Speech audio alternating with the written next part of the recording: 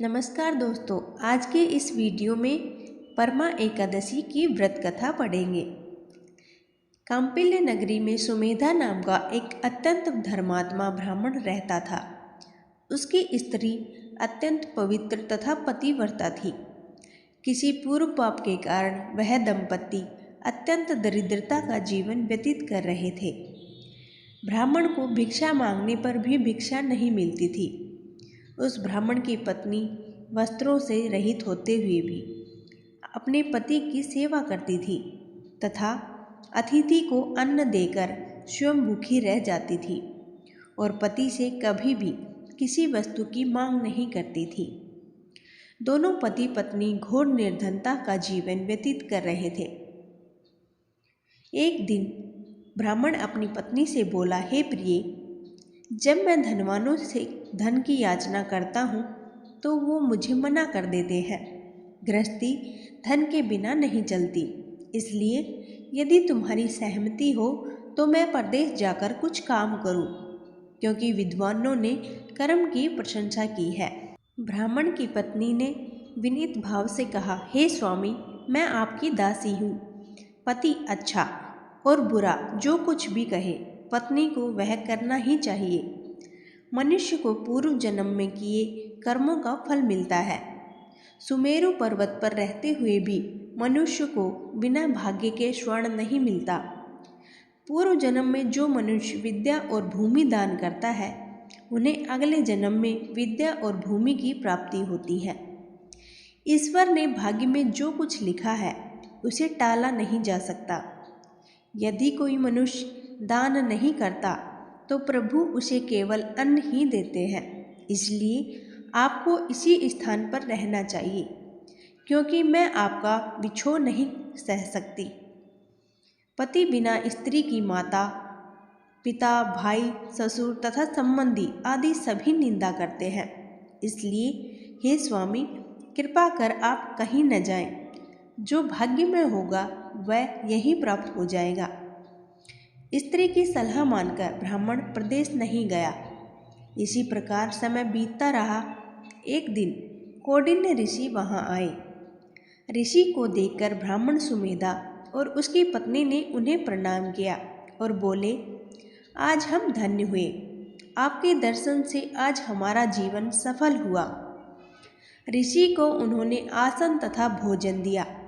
भोजन देने के बाद पतिव्रता ब्राह्मणी ने कहा, हे ऋषिवर, कृपा कर आप मुझे दरिद्रता का नाश करने की विधि बतलाइए। मैंने अपने पति को परदेश में जाकर धन कमाने से रोका है।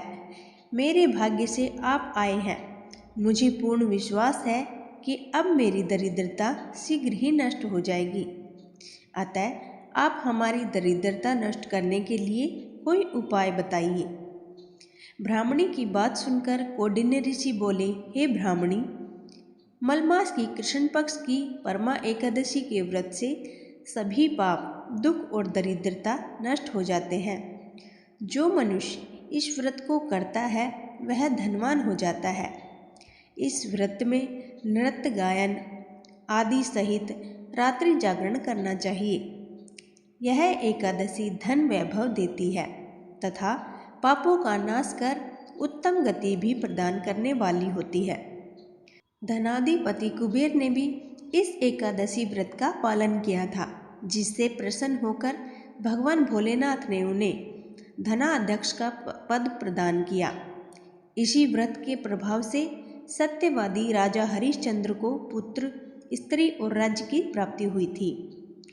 तदुपरांत कौंडिन्य ऋषि ने उन्हें एकादशी के व्रत का समस्त विधान कह सुनाया। ऋषि ने कहा, हे ब्राह्मणी, पंचरात्रि व्रत इससे भी ज़्यादा उत्तम है। परमादशी के दिन प्रातःकाल नित्यक्रम से निवृत्त होकर विधान पूर्वक पंचरात्रि व्रत आरंभ करना चाहिए। जो मनुष्य 5 दिन तक निर्जल व्रत करते हैं वे अपने माता पिता और स्त्री सहित स्वर्गलोक को जाते हैं। जो मनुष्य 5 दिन तक संध्या को भोजन करते हैं वे स्वर्ग को जाते हैं।